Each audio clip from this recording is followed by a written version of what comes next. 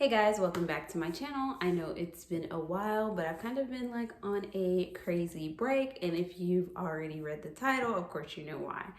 So I am here to announce that I am pregnant, and I am actually 4 months pregnant now. I'm almost halfway there. I have one more week and I'll be 20 weeks.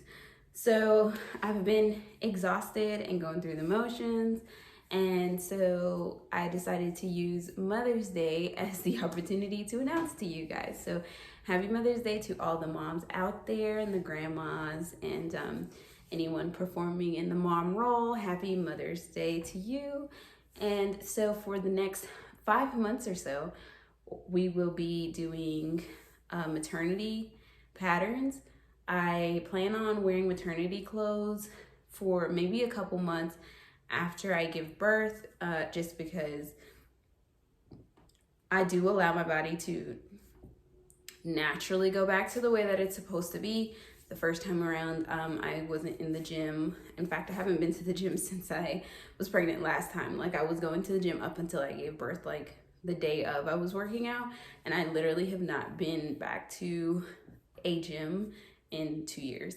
So I will allow my body to naturally lose weight and everything. So therefore, I will probably need to wear maternity clothes for quite a while after I give birth, which is not horrible to me, especially because I do find that the extra space in the maternity clothes this time around will allow me to breastfeed easier, because there aren't any like breastfeeding friendly patterns as far as like, you know, modern clothes. They have like little flaps and zippers and stuff to access your breast easier. You don't have that in the vintage maternity clothes, so I feel like just having it being loose will make it a lot easier for me to feed that way than to go back into wearing my ordinary clothes, which is very closed off unless I'm wearing like a t-shirt dress that buttons in the front. So, not t-shirt, a shirt dress or like a blouse dress. So I'm gonna go ahead and start showing you guys my patterns. I'm gonna start with the dresses first, and to warn you ahead of time, a lot of these patterns, well, especially the ones from the 40s, the pattern is in like horrible condition as far as the envelope it goes. So I'll be showing you the envelope, and then I'll put a picture beside, as I usually do, so that way you can see what the picture looks like. And I might try and find like a better copy of it online so that way you can properly see it. So this dress is from the 1940s, and it's like a pinafore dress. Comes in two options, one with sleeves and a smaller ruffle detail, and the other without sleeves and a wider apron-like ruffle and pockets. So this is like one of my favorites. Like, this is one of the first dresses that I saw and I was like, oh my gosh, I have to get this one. So I look forward to it. And with this one, I am gonna make, with all of my patterns, I'm going to make it original at first, because a lot of these will be spring and summer colors and patterns and prints that I'll be making these in, but I'll also need some maternity clothes for the fall. So when I make it the second time, I'm going to try and hack the pattern a little. Like, I might make an invisible zipper or some kind of snap pocket right here to give me access for breastfeeding in that crease. This one is a jacket and dress pattern. I think this one's either from the really early 50s. Yeah, this is definitely from the 50s. And this can double as a coat or a dress. You have this is a sleeveless option, which you cannot see. Then you have the one with sleeves, and then short sleeves. So I really, really, really like this pattern. I'm really excited about that one. I actually want to wear it over the summer, so I'm thinking about making it in the linen if I can get that. This is another one of my faves, and if you'll notice, like, a lot of these don't really look like maternity dresses, and that allows me to wear it even after I give birth and just down the line if I want to wear it.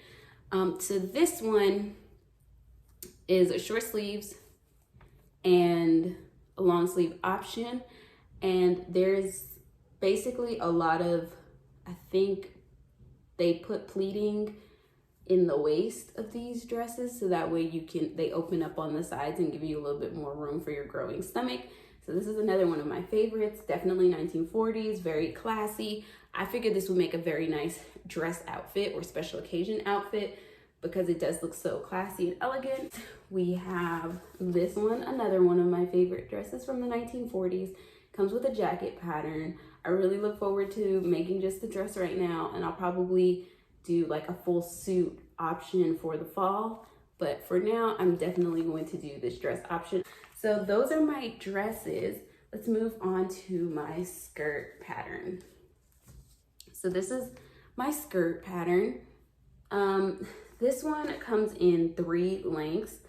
They're very similar in length, and it has that little opening for your stomach, but then it doesn't show in the pattern. I think this would have had the view, but like there's a flap that goes over it. So once it's like covered over, it looks like a normal pencil skirt. And the size, if I'm not mistaken, goes all the way down to a 24-inch waist.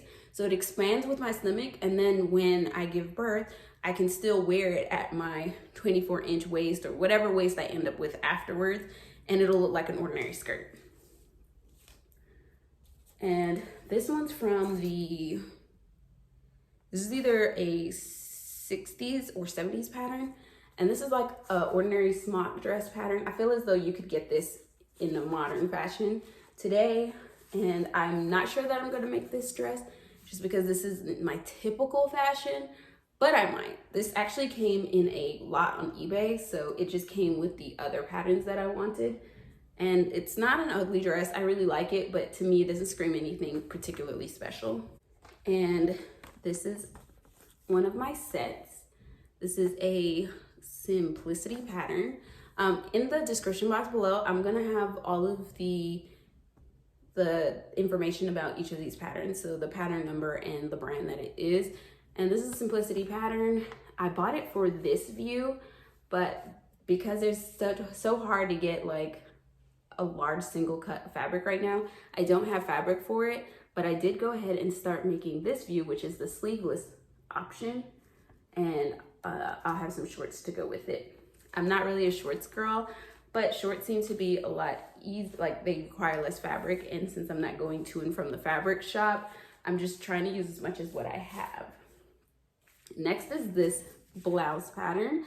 I love the puff sleeve on this one, but in general, I like the angled yoke. And I swear I had this on like my Pinterest wish list before I wanted any kids. I was just attracted to the style blouse. Like before I wanted to have another kid or so, I just had it because I like the style blouse. And a lot of these that I've seen in the past, until I physically read the pattern, I had no idea they were maternity. This is another one that's in my lot. This is from the 60s. This came in a lot of patterns. So this is probably another one that I won't be able to get to simply because it's a suit pattern. I don't know if I'm gonna be able to get the type of fabric that I would want to make it, and in a large cut. So this is definitely on the back burner, but that's okay because it came in a lot of patterns, which the lot was actually purchased as a Valentine's Day gift for my husband. And this simplicity pattern is my last blouse pattern, well, suit pattern, and I think I bought this one for this option, but so far I've made this option and I've made this one as well, just the blouse, no bottoms right now. And this is a detachable collar, so technically these two are the exact same tops minus the length of the sleeve. So I made it short sleeve because of the fabric requirement, and then I'm going to make the bow detachable as well as the collar detachable, so that way I can mix and match. So I've already made that too. So I made 3 blouses so far. I do have a couple more patterns that's gonna come soon. So once I get those, I can do like an updated video with the new patterns. And you can also find my entire pattern collection on my Pinterest, and the link to that will be in the description bar below. Thank you so much for watching. I really, really appreciate it. Sorry I've been gone so long. It's been really hard to manage a toddler, a home, my Instagram, which I did miss 3 weeks of posting because my tummy's starting to grow and I wasn't ready to announce just yet. And then my YouTube, which I feel like you should have like a certain amount of energy when you're on here. And I was definitely dragging, like I was so exhausted. So thank you for all of my subscribers who are still here, all the new ones that I will get, and hopefully you'll enjoy this little journey into maternity patterns. So if you have a friend or someone who is currently pregnant and wants to be pregnant in vintage, go ahead and share this video and all the videos to follow. I'll try and do some maternity related crafts as well, since this is a craft channel. I did buy like an 80s Italian pram, coach built pram. It's a Perego. So I will be doing some restorations on that. I have to restore that. I have to paint the fabric, so do fabric paint. I already cleaned the wheels and the chrome needs to be polished. So I'll be working on that, and if you guys are interested in that, I will definitely do a video progression of that if I get to it. We have so many projects to do to prepare for this baby. We have to get another room prepared for this baby.